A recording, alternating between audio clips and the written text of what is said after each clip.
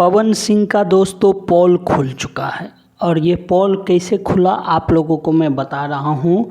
पवन सिंह जो है अपनी बीवी ज्योति सिंह को डिवोर्स दे रहा है और डिवोर्स देने के बाद ऐसा नहीं है कि वो फिर किसी से शादी करने का मूड में नहीं है। दोस्तों शादी करने का मूड में है, पर बहुत लोगों को ऐसा लगता है कि वो अक्षरा सिंह से शादी करेगा, पर ऐसा नहीं है दोस्तों पवन सिंह के ज़िंदगी में एक ऐसी लड़की आई है जो बिहार का नहीं है। भोजपुरी इंडस्ट्रीज में ज़रूर है वो, पर वो बिहारी नहीं है। वो लड़की दिल्ली से है और उसका नाम है नर्मदा माला। दोस्तों आप लोग को पता होगा कि लाल घाघरा गाने में जो लड़की है नर्मदा माला, वो काफ़ी खूबसूरत और काफ़ी जो है हॉट है और वो पवन सिंह को बहुत पसंद करती है और पवन सिंह भी उसको बहुत पसंद करते हैं। और पता चला है कि इन दोनों का जो नज़दीकिया है वो काफ़ी ज़्यादा बढ़ चुका है।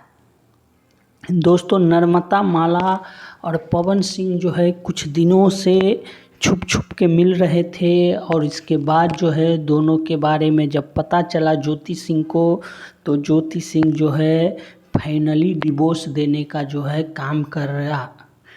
मगर पवन सिंह ज्योति सिंह को मनाने का कोशिश नहीं किया, क्योंकि पवन सिंह के अंदर जो है नर्मदा माला के लिए प्यार जो है काफ़ी गहरा हो चुका है। और बताया जा रहा है जैसे ही ज्योति सिंह के साथ जो है पवन सिंह का सेटलमेंट होगा, वैसे ही नर्मदा माला के साथ जो है पवन सिंह जो है शादी कर लेगा। दोस्तों ये पूरी खबर जो है अभी भोजपुरी फिल्म इंडस्ट्रीज से बाहर जो है नहीं निकला है, क्योंकि पवन सिंह एक बहुत बड़ा स्टार है और ऐसे खबरों पे वो जो है काफ़ी बारीकियां से ध्यान देते हैं और ऐसे खबरों को अंदर ही दबा दिया जाता है। पर दोस्तों सूत्रों से जो पता चला है, मैं आप लोगों को बीच में इस बात को रखा हूँ।